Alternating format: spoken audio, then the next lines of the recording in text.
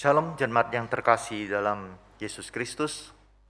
Puji syukur kepada Tuhan jikalau pada hari ini kita dapat beribadah kepada-Nya kembali di tempat kita masing-masing. Meskipun kita tahu bahwa ketika kita beribadah di tempat kita masing-masing itu banyak godaan, biarlah kita datang dengan hati yang sungguh dan penuh hikmat untuk beribadah kepada-Nya. Jemaat dipanggil untuk bangkit berdiri. Kita akan masuk dalam saat teduh.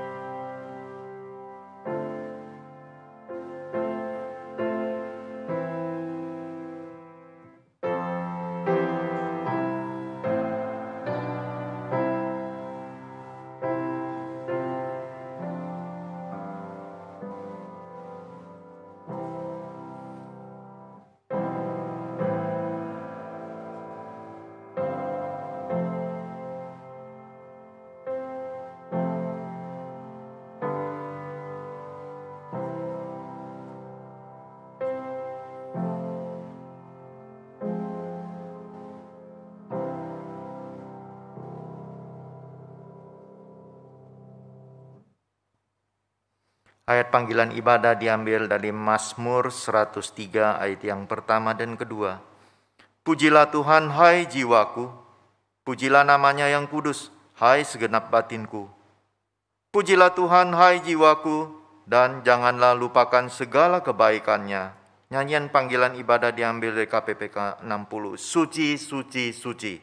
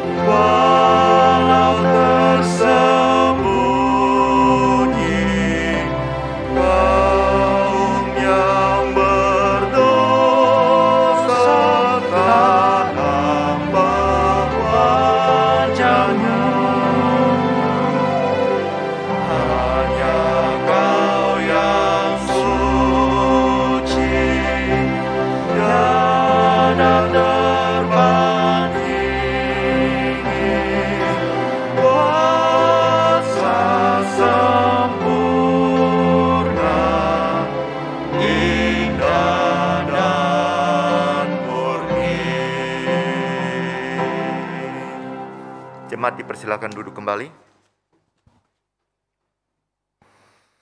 Demikianlah kami sekalian seperti seorang najis dan segala kesalehan kami seperti kain kotor.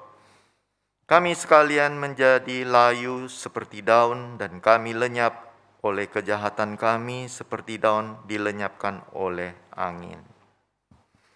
Marilah kita siapkan hati kita untuk mengaku dosa-dosa kita. Biarlah melalui syair daripada lagu Ku Pandang Salib-Mu yang akan kita nyanyikan merupakan doa dan permohonan kita. Ku pandang salib-Mu.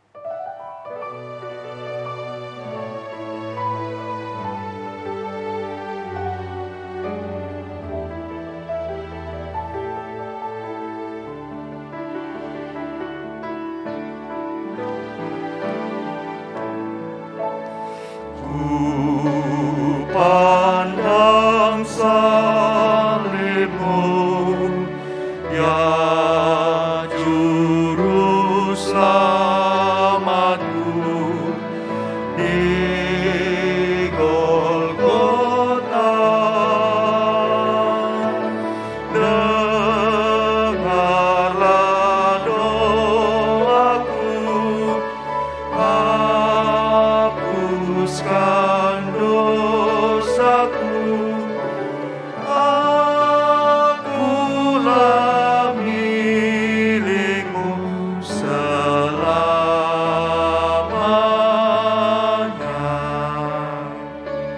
Jemaat dipersilakan untuk bangkit berdiri.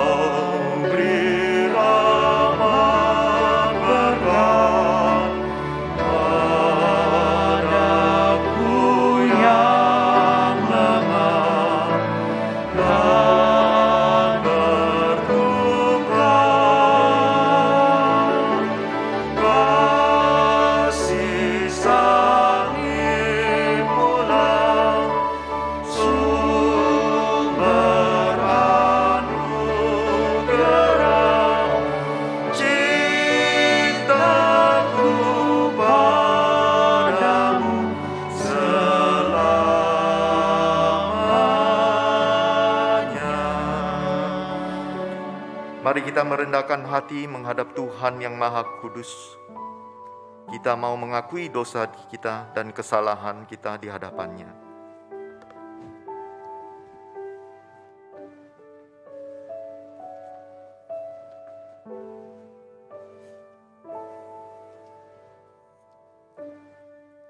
Kami datang di hadapan-Mu ya Tuhan. Kami sadar bahwa seringkali kami tidak membawa hidup kami dekat dengan Tuhan. Dan pada waktu kami tidak dekat dengan Tuhan, kami menjadi dekat dengan dosa. Dan kami sadar dosa seringkali menjerat kami. Dosa seringkali menguasai kehidupan kami karena kami tidak mendekat kepada Tuhan. Kami mohon ya Tuhan, ampunilah akan dosa-dosa kami. Kami mohon ya Tuhan, kasihanilah kami. Tuhan Yesus, basuhlah kami dengan darah-Mu. Biar darah-Mu yang menyucikan kami, menguduskan kami, melayakkan kami. Sehingga pagi hari ini kami boleh diperbaharui, kami diubahkan. Dan biar Roh Kudus yang menguasai kehidupan kami, membawa hati kami dekat dengan Tuhan. Sehingga pada waktu kami bersatu dengan Kristus, kami boleh hidup berkemenangan atas dosa ya Tuhan. Kami bersyukur untuk pengampunan yang Kau berikan bagi kami. Di dalam nama Tuhan Yesus Kristus kami berdoa. Amin. Jemaat dipersilakan duduk.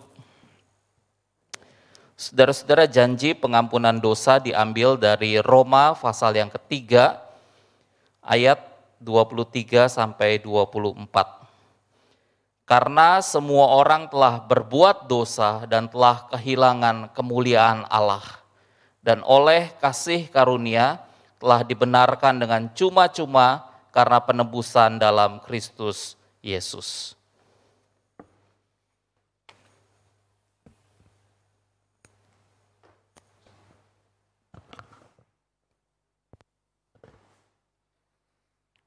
Sebagai nyanyian atas pengampunan dosa kita akan naikkan sebuah lagu, yaitu Karya Terbesar.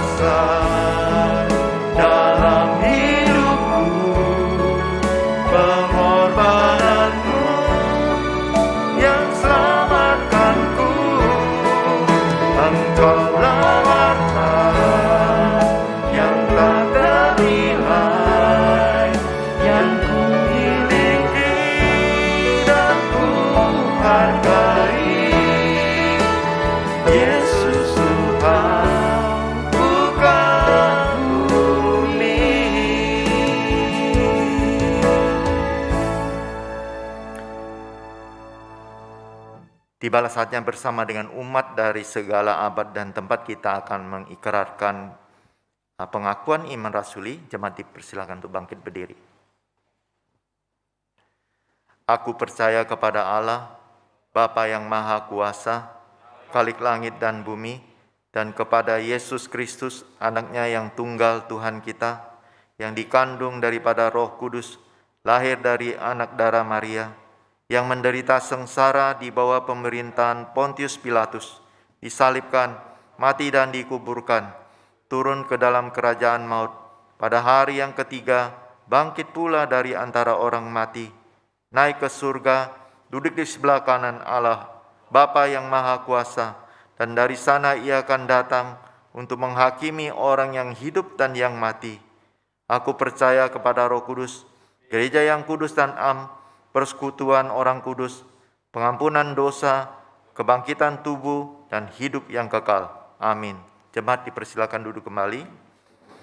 Pada kesempatan ini kita akan mendengarkan persembahan pujian dari vokal grup Citra Raya.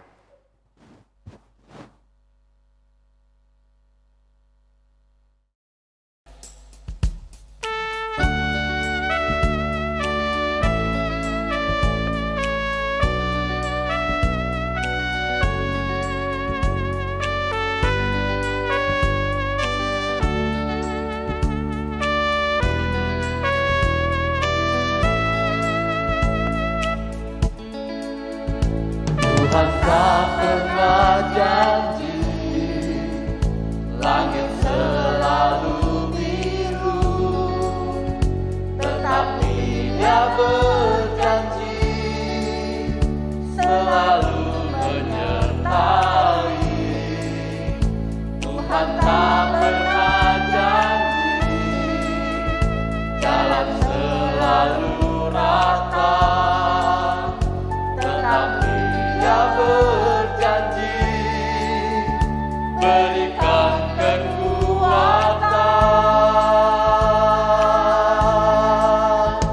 Jangan pernah menyerah, jangan berputus asa.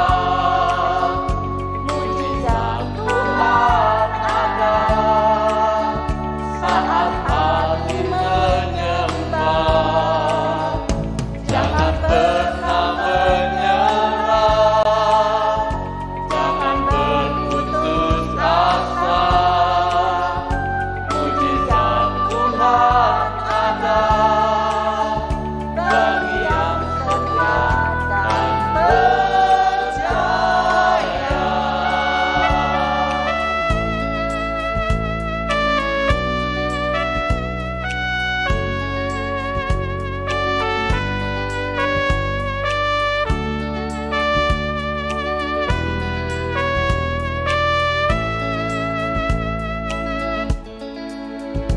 Tuhan tak pernah janji, langit selalu biru, tetapi Dia berjanji selalu menyertai.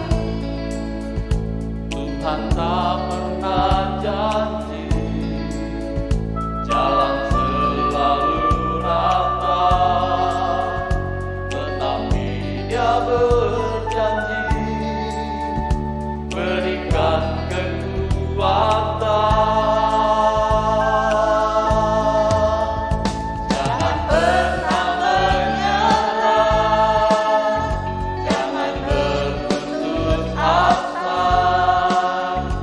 Mujizat Tuhan ada saat hati menyembah. Jangan pernah menyerah, jangan berputus asa. Mujizat Tuhan ada bagi yang setia dan percaya.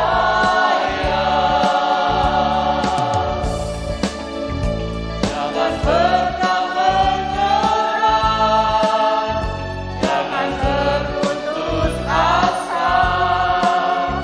Mujizat Tuhan ada saat hati menyembah. Jangan pernah menyerah, jangan berputus asa. Mujizat Tuhan ada bagi yang setia dan percaya.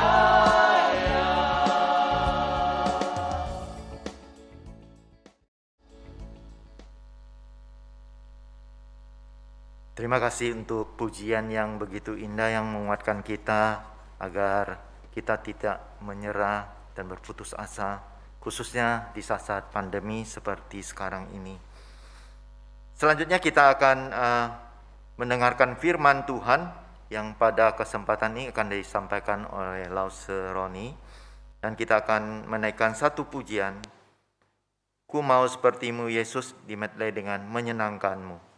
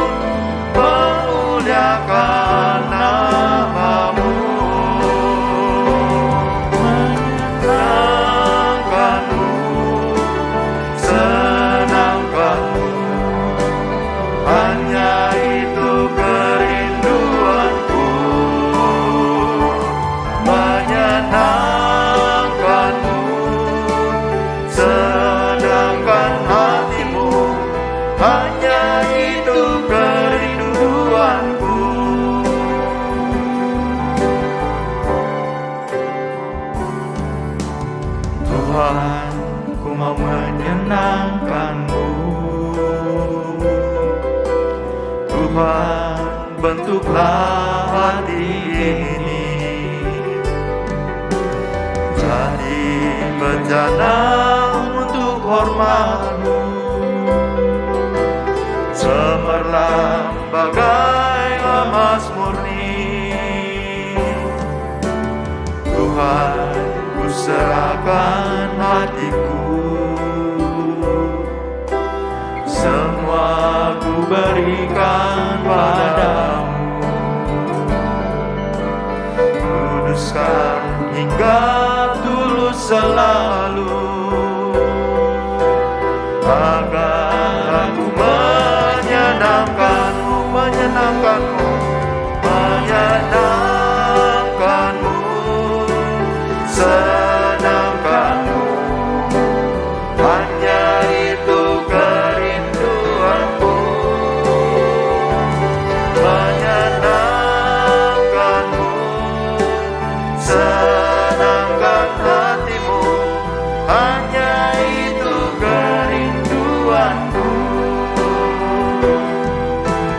hanya itu kerinduanku.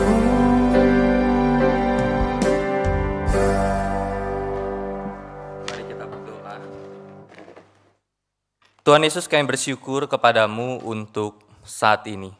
Di dalam anugerah daripada Tuhan yang boleh menolong setiap kami untuk melewati hari-hari kami bersama dengan Tuhan. Dan ketika hari ini kami boleh bangun dari istirahat malam kami boleh menyiapkan hati kami untuk beribadah kepada Tuhan. Bapa, biarlah setiap pujian yang telah kami naikkan dan setiap firman yang akan kami renungkan menjadi kekuatan bagi rohani kami dan dalam perjalanan kehidupan sehari-hari kami. Terima kasih Tuhan, di dalam nama Tuhan Yesus kami berdoa dan bersyukur. Amin. Shalom jemaat yang kasih dalam Tuhan, kita bersyukur hari ini kita boleh bersama-sama kembali beribadah kepada Tuhan. Dan saya mengajak kita membuka di dalam Matius pasal 28, ayat yang ke-16 sampai dengan ayat yang ke-20. Saya diberikan tema yaitu pesan-pesan yang penting. Matius pasal 28 ayat 16 sampai dengan ayat yang ke-20. Perintah untuk memberitakan Injil. Demikianlah firman Tuhan. Dan ke-11 murid itu berangkat ke Galilea, ke bukit yang telah ditunjukkan Yesus kepada mereka. Ketika melihat Dia, mereka menyembahnya. Tetapi beberapa orang ragu-ragu. Yesus mendekati mereka dan berkata, "Kepadaku telah diberikan segala kuasa di surga dan di bumi. Karena itu, pergilah, jadikanlah semua bangsa muridku, dan baptislah mereka dalam nama Bapa dan Anak dan Roh Kudus, dan ajarlah mereka melakukan segala sesuatu yang telah kuperintahkan kepadamu. Dan ketahuilah, Aku menyertai kamu senantiasa sampai kepada akhir zaman." Jemaat kasih dalam Tuhan, beberapa hari ini Indonesia dibuat berduka kembali ketika KRI Nanggala 402 dinyatakan sebagai on internal patrol, yaitu tugas yang selamanya atau tidak kembali. Karena kita tahu beberapa hari ini KRI Nanggala 402, kapal selam Indonesia itu tenggelam, seperti itu ya. Dan Panglima sudah menyatakan bahwa mereka dinyatakan sebagai orang-orang yang melaksanakan tugas yang selamanya. Dan kata lain mereka sudah di dalam kondisi tenggelam. Terima kasih dalam Tuhan, ketika kita melihat akan hal ini maka kita berduka, kita bersedih. Ketika kita bicara tentang kedukaan dan kesedihan atau kehidupan dan kematian, maka kehidupan kita dan kematian itu kita nggak bisa tebak. Kapan kita atau berapa lama kita akan tetap hidup. Tetapi kalau andai kata kita diberikan waktu 1 jam untuk kita hidup, maka apa yang akan kita lakukan di dalam waktu 1 jam itu? Kalau andai kata kita dikasih tahu dokter, atau kita tahu bahwa kita hanya akan hidup 1 jam lagi dan setelah itu kita akan meninggal, maka apa yang akan kita katakan kepada pasangan kita? Maka apa yang akan kita katakan kepada pimpinan kita? Maka apa yang akan kita katakan kepada pendeta kita misalnya? Apa yang akan kita katakan kepada anak kita? Mungkin kita akan berkata kepada pasangan kita, jaga dirimu baik-baik. Jaga anak-anak kita, besarkan mereka, minimal mereka kuliah dan lulus kuliah. Mungkin kita berkata kepada pimpinan kita, terima kasih bahwa saya boleh bekerja beberapa tahun di tempat ini dan saya punya bos yang baik. Mungkin kita berkata kepada pendeta kita bahwa maafkan saya, selama ini saya nggak aktif pelayanan misalkan. Atau maafkan saya, selama ini saya ibadah online nggak sungguh-sungguh. Saya ibadah online sambil makan, seperti itu ya.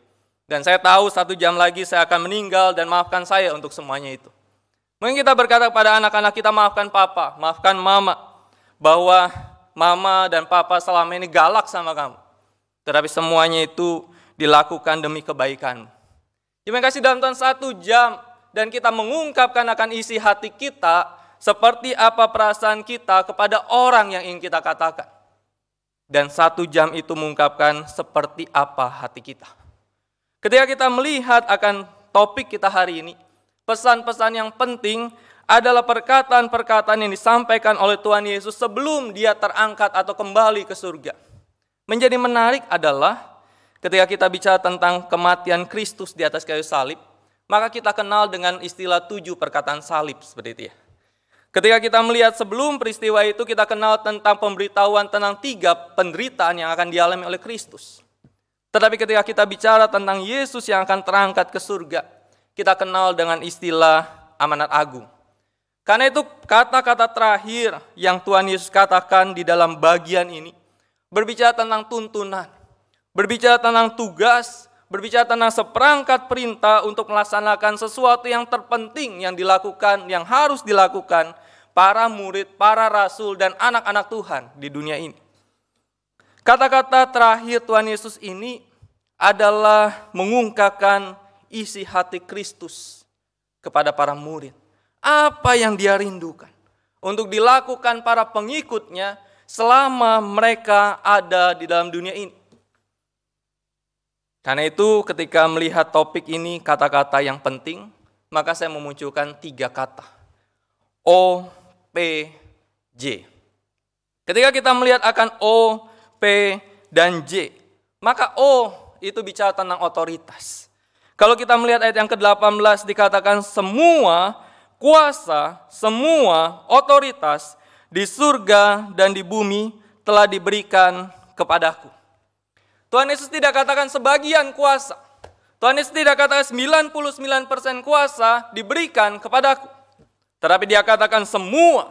Ketika bicara tentang semua, tidak ada bagian, tidak ada kuasa lain yang tidak dimiliki oleh Kristus. Dan dia katakan di surga dan di bumi. Ketika kita melihat akan hal ini, maka kita perlu melihat apa yang ingin dimaksudkan oleh Matius ketika dia menuliskan secara jelas perkataan Kristus tentang semua kuasa di surga dan di bumi itu. Kalau kita melihat Matius itu begitu kental tentang atau berbicara tentang Yesus yang adalah Raja itu. Revelation of the King. Kristus yang adalah Raja itu.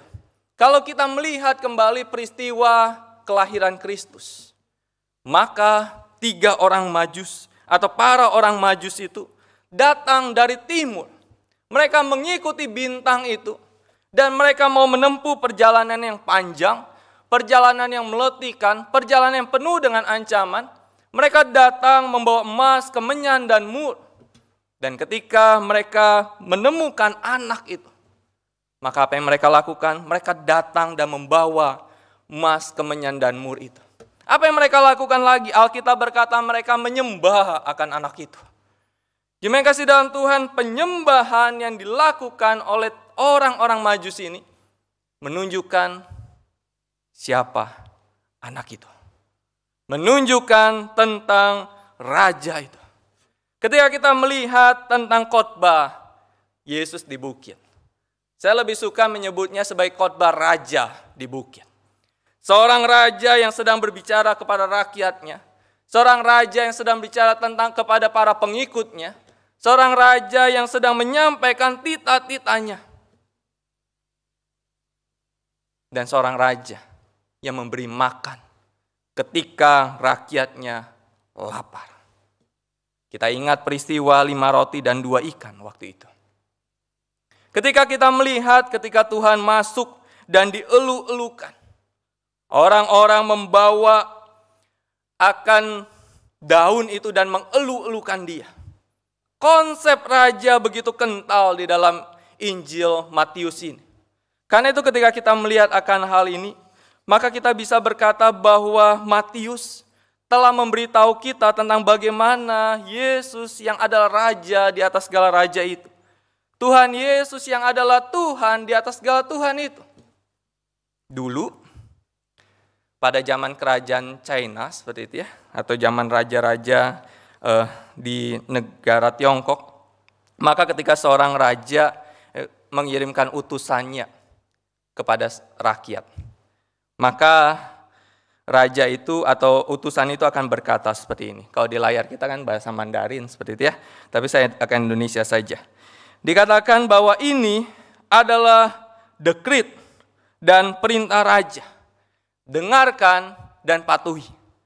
Ketika utusan itu berkata, apa yang akan aku katakan merupakan sebuah keputusan, perintah, dekret dari raja. Maka apa yang harus dilakukan oleh rakyat adalah dengarkan dan patuhi. Sehingga ketika rakyat mendengar hal itu, mereka hanya akan berkata seperti ini. Kami akan mematuhinya. Kami enggak berpikir lagi kira-kira mau patuhi atau enggak ya.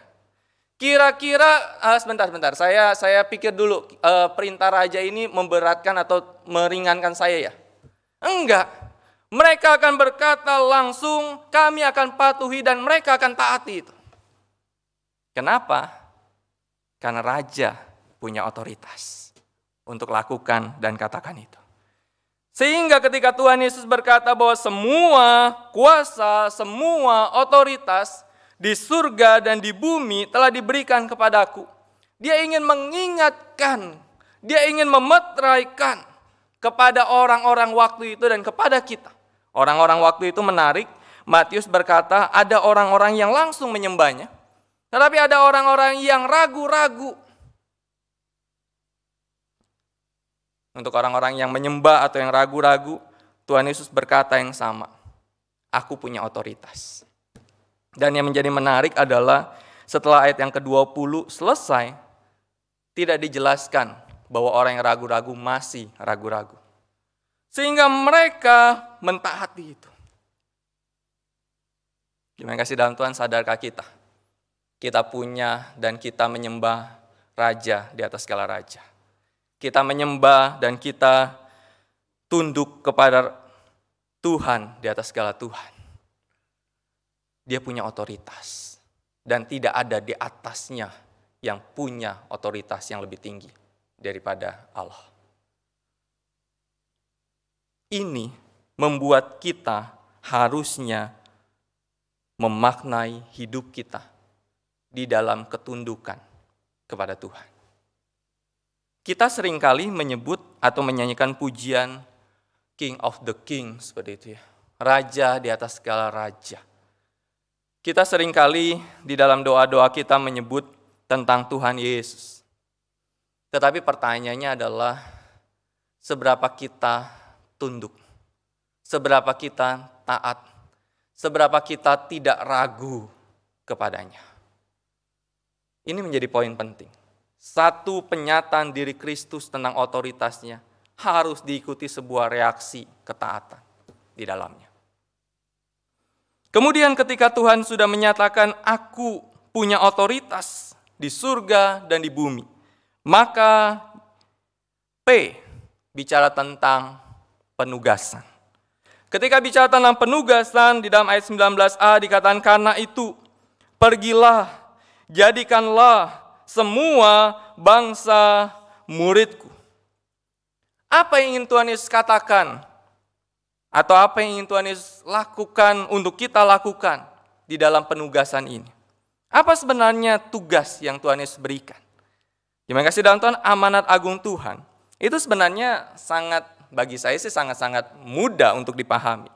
Kita nggak perlu belajar di sekolah Alkitab untuk baca ini, untuk mengerti kira-kira maksudnya apa yang ingin Tuhan Yesus katakan nih di dalam amanat agung ini. Enggak. Kita nggak perlu tahu bahasa aslinya kira-kira arti murid itu apa di sini. Enggak. Secara literal, secara langsung, secara jelas, sudah kita ngerti itu. Sudah kita pahami itu. Sangat jelas, sangat ringkas. Dan ini bukanlah sesuatu yang membuat Anda bingung. Apa maksud penugasan ini? Di dalam kalimat Yunani, di sini hanya berisi satu sentral imperatif. Hanya ada satu perintah pusat dalam kalimat ini, yaitu jadikanlah murid. Enough. Itu aja. Jadikanlah murid.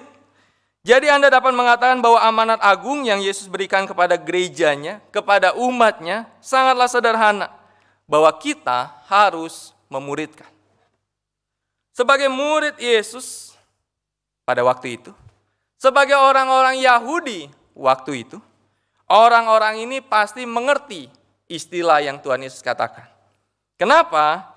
Karena saat itu ketika mau menjadi seorang murid, maka mereka harus berada di bawah otoritas seorang guru, seorang pelajar, dan tujuannya adalah menjadi seperti gurunya.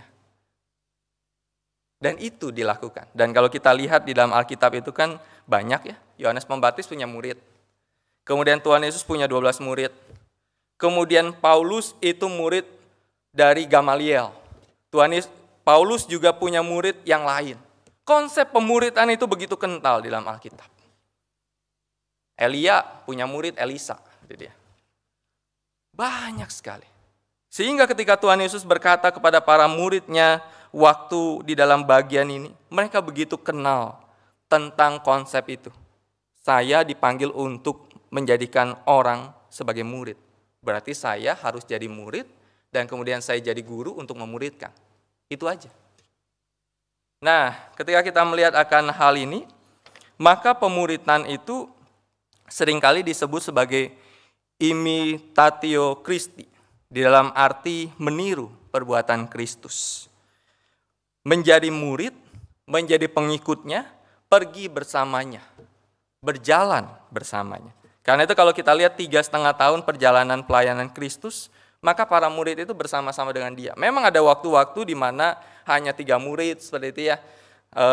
Tetapi kebanyakan mereka bersama-sama dengan Kristus. Makan, tidur, kemudian berjalan, melayani, menyembuhkan orang bersama-sama. Kenapa? Karena itu proses pemuritan yang dilakukan oleh Kristus.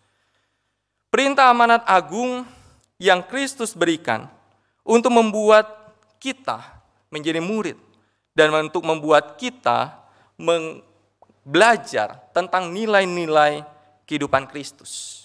Membuat kita mengajarkan orang tentang nilai-nilai kehidupan Kristus. Tentang mempelajari cara-cara kehidupan Kristus. Mempelajari tentang ajaran-ajaran Kristus. Mempelajari tentang hidupnya Kristus. Mempelajari tentang karakternya Kristus. Mempelajari tentang pelayanannya Kristus. Mempelajari tentang seperti apa hatinya Kristus. Sehingga membuat mereka menjadi Kristus kecil. Amanat agung itu memuridkan. Kita atau Tuhan tidak pernah meminta kita atau kita tidak diajarkan untuk membuat gedung. Tapi kita dipanggil untuk membuat murid. Kita tidak dipanggil untuk menghasilkan uang. Gereja tidak diharapkan atau Tuhan tidak memerintahkan kita untuk mendapatkan keuntungan. Seolah-olah kita ketika nanti pergi ke surga dan kita berkata, Tuhan lihat nih, betapa hebatnya gereja kami. Saldo gereja itu hitungannya 9 digit seperti dia. Enggak. Tuhan enggak suruh kita untuk omset lebih di dalam sebuah keuangan. Tuhan pun tidak menyuruh kita membuat program. Lihat program pelatihan kami yang begitu jelas, sesi perlengkapan yang begitu lengkap. Tetapi yang Tuhan perintahkan kita membuat murid. Ketika membuat murid, mungkin Tuhan menganugerahkan kita sebuah gedung. Tetapi ketika gedung itu kita miliki, tujuannya adalah buat murid di dalam gedung itu. Ketika keuangan gereja kita baik dan punya saldo yang baik, saldo itu kita gunakan untuk membuat murid. Ketika program yang kita buat itu, tujuannya adalah membuat murid. Tidak lebih dari itu. Terkadang gereja seringkali membuat program yang begitu banyak, hari libur pun ada programnya. Hari libur pun ada kegiatannya. Kalau tempat-tempat retreat seperti itu ya, pasti penuh tuh dengan gereja-gereja yang akan retreat di situ. Iya, enggak apa-apa kalau tujuannya membuat murid. Karena itu ketika kita melihat bagian ini, inilah yang Tuhan kehendaki. Karena itu Seth Whittaker, dia berkata seperti ini. Gereja hendaknya dianggap sebagai segerakan, bukan monumen. Hei, kami bukan bangunan, kami bukan struktur, ini bukan hal yang statis. Ini adalah gerakan dinamis di mana orang-orang bertumbuh di dalam Yesus dan membantu orang lain untuk mengenal dan bertumbuh dan pergi untuk Yesus. Itulah gereja. Itulah anak-anak Tuhan. Untuk apa? Untuk membantu orang lain mengenal dan bertumbuh dan pergi untuk Yesus. Sehingga menjadikan murid berarti mengajar. Tetapi bukan hanya mengajar, tetapi juga menjadi teladan. Menjadikan murid itu bukan hanya sekedar bicara tentang satu waktu yang sama, kita bicara tentang Alkitab, selesai itu 1,5 jam, 2 jam, selesai, saya sudah jadikan murid. Itu satu sisi. Tetapi menjadikan murid pun bicara tentang selanjutnya gimana, teladannya gimana, mendoakan atau tidak, mencintai atau tidak, menjaga orang lain itu tetap bertanggung jawab atau tidak di dalam status pemuritan itu. Itulah yang dilakukan. Sehingga amanat agung adalah tentang memuridkan. Tuhan Yesus memerintahkan gerejanya untuk pergi dan menjadikan murid. Setidaknya di dalam bagian ini 3 tindakan yang Tuhan Yesus katakan. Yaitu yang pertama pergi. Tuhan Yesus berkata, jangan diam di sini dah. Jangan ngumpul-ngumpul di sini dah. Yang harus kamu lakukan, pergi, berpencar, dan jadikan orang murid. Saya bersyukur satu sisi pandemi ini membuat gereja tidak mengadakan ibadah di ruang ibadah. 1 tahun sudah lebih kan ya. Tetapi sisi lain, ketika saya mengingat awal-awal pandemi dulu, ada jemaat-jemaat yang akhirnya bisa mengajak keluarga-keluarga yang selama ini enggak ibadah untuk mereka ibadah bersama di rumah.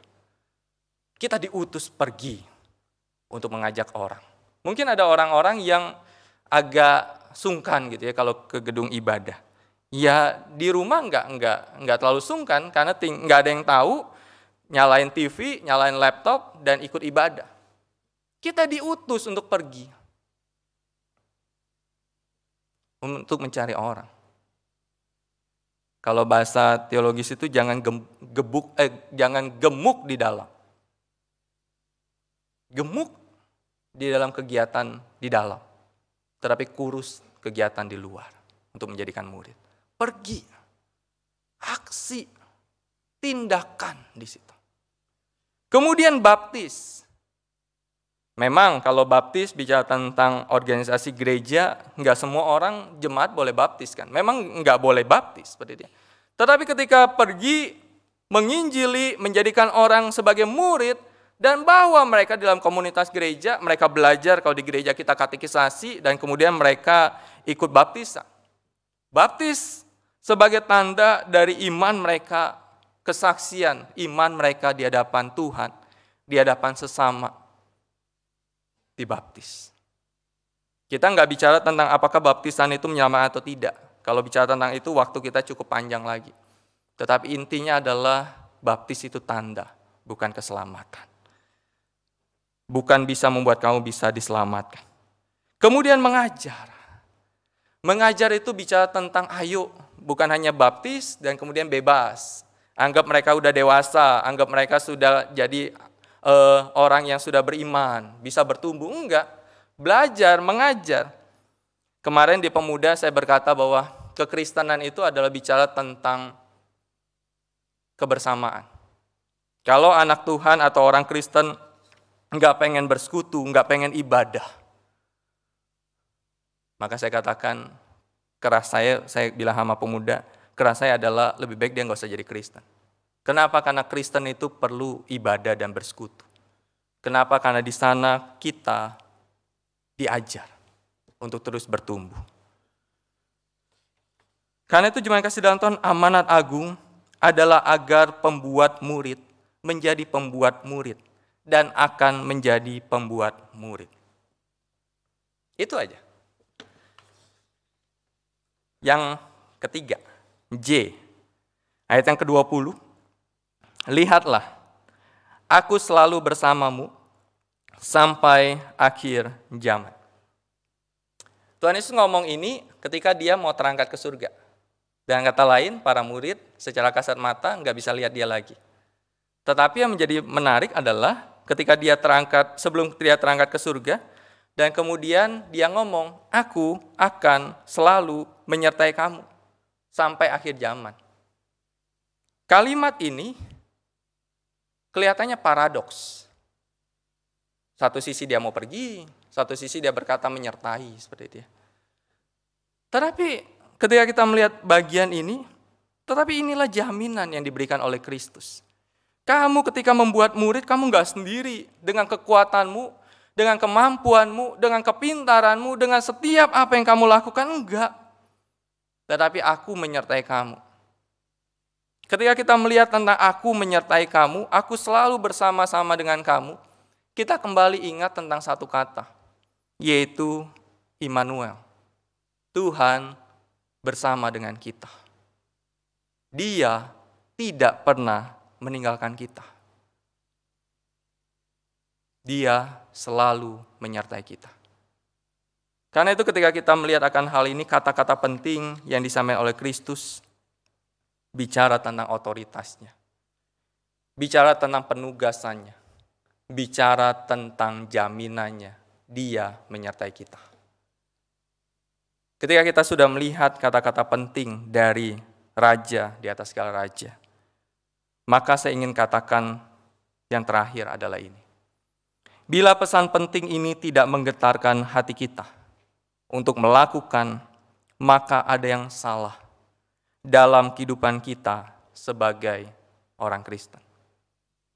Kalau pesan penting dari Raja di atas segala raja, yang punya otoritas yang tertinggi itu, tidak kita lakukan, ada yang salah dalam kehidupan kita sebagai orang Kristen. Kalau ada sesuatu yang salah dalam kehidupan kita sebagai orang Kristen, maka pesan saya cuma satu untuk setiap kita, siapapun kita, bertobat. Kalau kita selama ini tidak berpikir untuk menjadikan orang lain sebagai murid Kristus, kita tidak berpikir menjadikan diri kita sebagai murid Kristus untuk menjadikan orang lain menjadi murid Kristus, maka pesan saya terakhir adalah bertobat. Dan datang kepada Tuhan. Dan lakukan pembaharuan di hadapan Tuhan. Tidak ada jalan lain. Kalau engkau masih mau disebut sebagai anak Tuhan. Kita berdoa.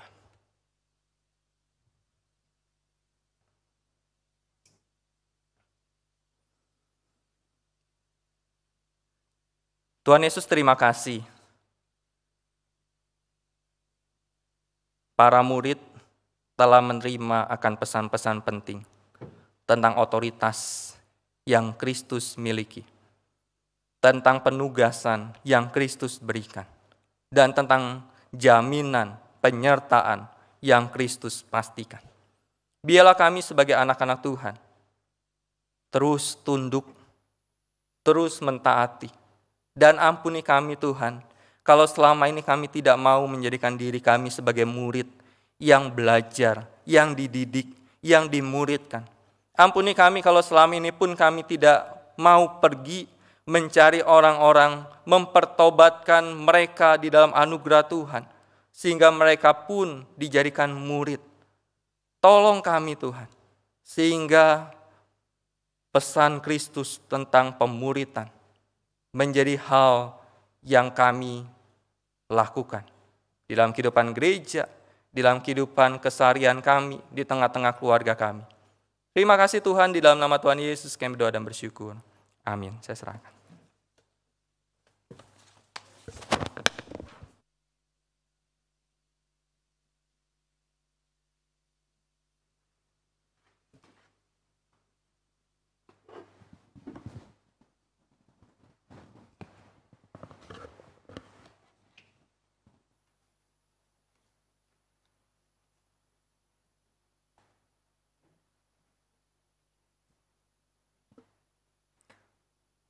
Terima kasih untuk firman Tuhan yang telah disampaikan oleh GI Roni.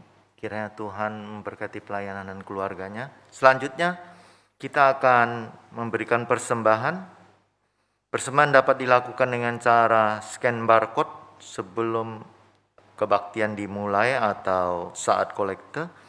Persembahan ditransfer juga bisa ke rekening BCA 00130524422 atas nama Gereja Kristus Yesus. Kita akan naikkan satu pujian untuk mengiringi persembahan kita, KPPK 350, Pakai Hidupku.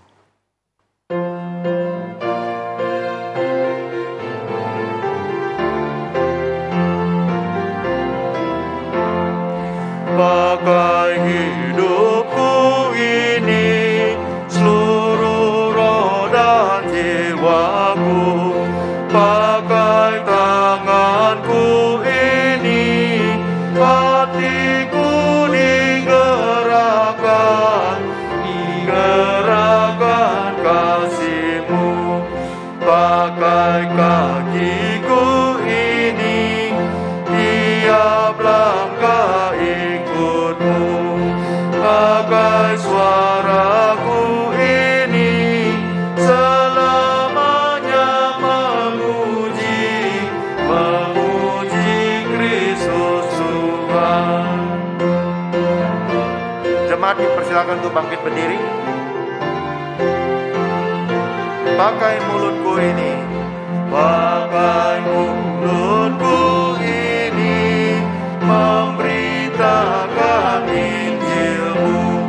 Pakai hartaku ini, seluruhnya bagimu, bagimu ku relakan. Mari kita berdoa. Tuhan Allah Bapa kami yang bertata dalam kerajaan surga, kami ucap syukur dan terima kasih Tuhan untuk firman-Mu yang mengingatkan kami akan pesan-pesan penting, amanat agung yang telah Tuhan amanatkan kepada kami. Tuhan terima kasih Engkau telah mengingatkan kami akan otoritas, penugasan, dan jaminan yang Engkau akan berikan kepada kami pada saat kami memuridkan, menjadi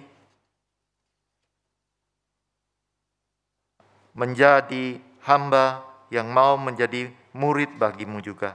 Terima kasih Bapa, kami mengucap syukur untuk berkat dan kasih karunia yang telah Kau berikan. Kiranya Engkau berkati persembahan yang telah kami berikan pada pagi hari ini, dan biarlah berkat ini dapat dipakai untuk memperluas kerajaan-Mu, terutama untuk menjalankan amanat agung-Mu. Terima kasih ya Bapa, dalam Tuhan Yesus kami berdoa dan mengucap syukur. Amin. Jemaat dipersilakan untuk duduk kembali. Selanjutnya kita akan mendengarkan warta gereja.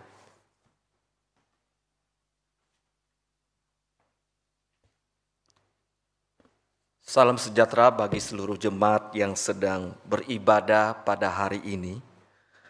Dan biarlah setiap kita boleh mengalami kasih karunia Tuhan di dalam kehidupan kita. Dalam hari-hari yang kita jalani, saya percaya bahwa anugerah, kemurahan Tuhan melimpah dalam kehidupan kita. Saya mau menyampaikan beberapa hal sehubungan dengan gereja kita. Yang pertama adalah sehubungan dengan penatua yang terpilih pada tanggal 11 April yang lalu. Saya akan langsung membacakannya dari surat dari Sinode. Pada hari Minggu tanggal 11 April 2021 telah dilakukan pemilihan penatua anggota Majelis Jemaat GKY Karawaci periode ketiga tahun pelayanan 2021 sampai 2024 yang diselenggarakan di GKY Jemaat Karawaci dengan hasil tercantum di bawah ini. Nama-nama yang terpilih, yang pertama adalah Ahmad, yang kedua Budi Sugiarto, yang ketiga Christian Nata Suwaji, yang keempat Daniel Hendry, yang kelima Dewi Liana, yang keenam Fadi Philip Anugrah Bolu, 7 Helena Margareta, 8 Lukmanto Chai, 9 Marco Brian, 10 Oi Jonathan Wibisana, 11 Suriwati, 12 Timothy J. Daun, 13 C. Robert Haditama, 14 Veronica Anna Sutini, 15 Yakobus, 16 Yeni, 17 Juliana Uganda. Saya mengucapkan selamat untuk saudara yang terpilih dan selamat untuk melayani di waktu yang akan datang. Dan terima kasih bagi saudara yang belum terpilih karena telah bersedia menjadi calon penatua dalam pemilihan pada waktu yang lalu dan tetap semangat di dalam pelayanan. Saudara, hari ini juga ada acara Ramatama majelis prode berjalan dengan penatua yang terpilih via Zoom jam 12.30. Berharap semuanya bisa meluangkan waktunya. Yang kedua adalah rapat gabungan majelis prode berjalan dengan penatua terpilih yang akan dilaksanakan pada Minggu 2 Mei 2021 jam 12.30. Tempatnya adalah di Gedung Gereja Karawaci, bukan Zoom ya. Hadir secara fisik di gedung gereja. Mohon perhatian seluruh majelis yang masih dalam pelayanan ataupun yang terpilih bisa hadir tepat waktu. Kemudian yang ketiga, paket perjamuan kudus untuk bulan Mei dan bulan Juni sudah bisa diambil di gereja. Sesuai dengan waktu yang sudah ditentukan, silakan datang untuk mengambilnya. Yang keempat, Minggu 2 Mei kita sudah memasuki minggu pertama di bulan Mei. Setiap minggu pertama kita ada perjamuan kudus. Mari setiap kali mengikuti perjamuan kudus, kita mengikutinya dengan penuh hormat secara live streaming. Artinya kita mengikutinya secara bersama-sama, tidak secara sendiri-sendirian di luar waktu, tetapi secara bersama-sama, secara live streaming. Kemudian kita juga menyerahkan persembahan persepuluhan untuk apa yang menjadi milik daripada Tuhan dan kita kembalikan kepadanya. Berikutnya adalah dalam rangka HUT ke-30 Sekolah Musik Gloriamus.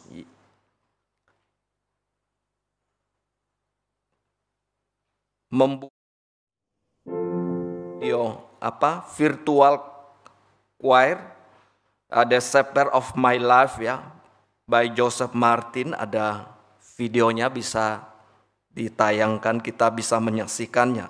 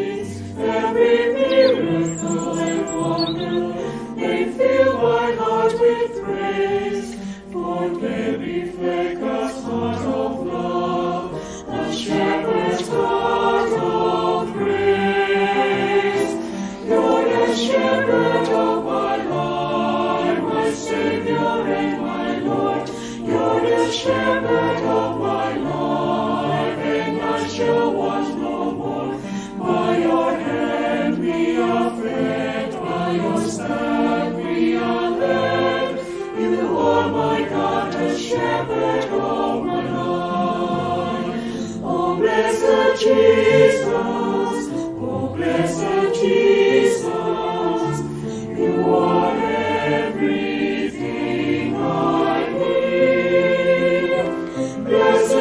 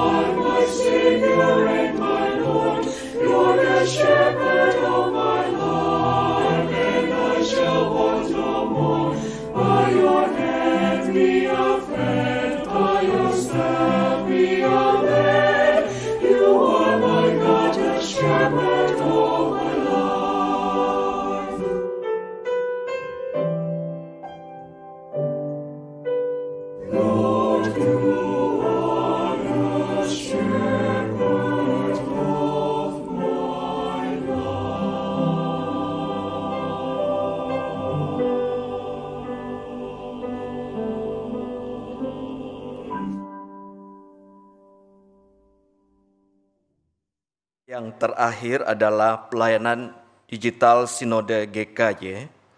Sinode GKY mengajak jemaat GKY yang terbeban dalam pelayanan digital untuk bergabung. Jadi Sinode GKY memiliki pelayanan digital dalam bentuk aplikasi dengan nama Hello God. Untuk itu Hello God membutuhkan tenaga kerja profesional dari jemaat, dari anak-anak muda yang memiliki talenta videographer, copyright, desainer, editor, agar dapat bekerja dan melayani bersama di aplikasi Hello God. Bisa kirimkan CV-nya pada alamat email ya di bawah ini. Silakan anak muda yang punya talenta ini bisa melayani dan kirimkan ya CV saudara ke email di bawah ini. Mari kita menyaksikan videonya juga. Dunia digital, kita hidup bersamanya, kita hidup juga di dalamnya. Dunia digital memang menawarkan banyak sekali kemudahan hari ini, bahkan hiburan di kala suntuk. Kita hampir-hampir tidak dapat hidup tanpanya. Namun dunia digital juga tidak lepas dengan efek samping. Dia dituding sebagai penyebab dari depresi yang berkepanjangan, kecanduan yang akut, bahkan pintu masuk bagi pengaruh negatif dari luar sana. Jadi apakah dunia digital harus dimusuhi? Tentu saja tidak, karena tergantung kontennya. Apakah membawa pengaruh yang baik atau pengaruh yang buruk? Dan masa pandemi hari ini mengajarkan kita bahwa dunia digital harus dijadikan kawan. Kawan yang baik untuk membawa berita Injil kepada semua orang di luar sana. Dunia digital tentu akan baik jika konten digitalnya positif, bahkan memberikan jawaban atas pergumulan hidup yang kita sedang hadapi. Jawaban dari sang inisiator hidup kita, yaitu Tuhan.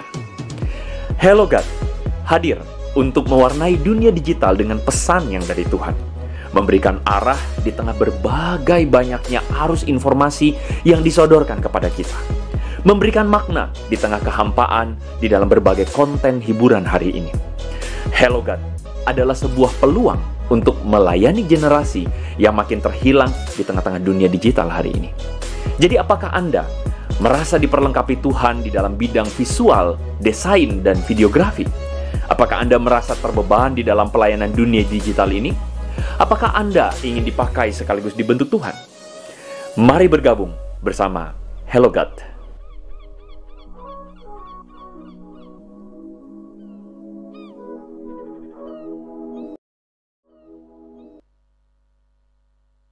Baik, saya mengundang jemaat berdiri. Kita akan mengakhiri kebaktian pada hari ini. Kembalilah ke dalam kehidupan sebagai seorang murid Kristus. Taatilah firman dan bersaksilah bagi Tuhan. Kuatkanlah yang lemah dan bantulah yang kekurangan. Kasihlah dan layani Tuhan dengan segenap hatimu. 回到你身为基督门徒的生活中，遵从主道，为主做见证，兼顾软弱的，帮助缺乏的，全心全力爱主，侍奉主。Doksologi. Puji Allah Bapa Putra, puji Allah Roh Kudus, ketiganya yang esa. Mohon selamat sumber berkah.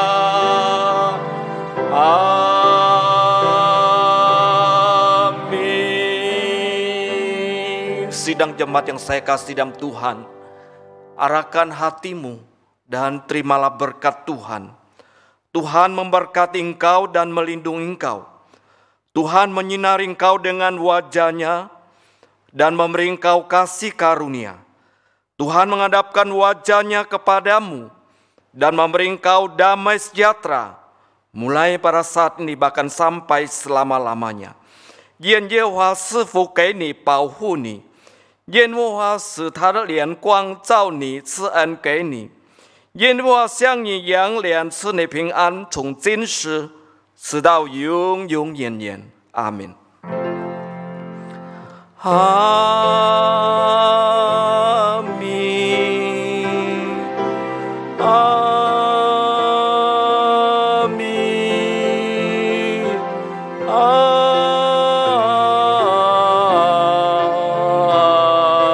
弥，阿弥。Jemaat silakan duduk. Saat teduh kebaktian kita sampai di sini, saya mengucapkan Tuhan Yesus memberkati. Amin.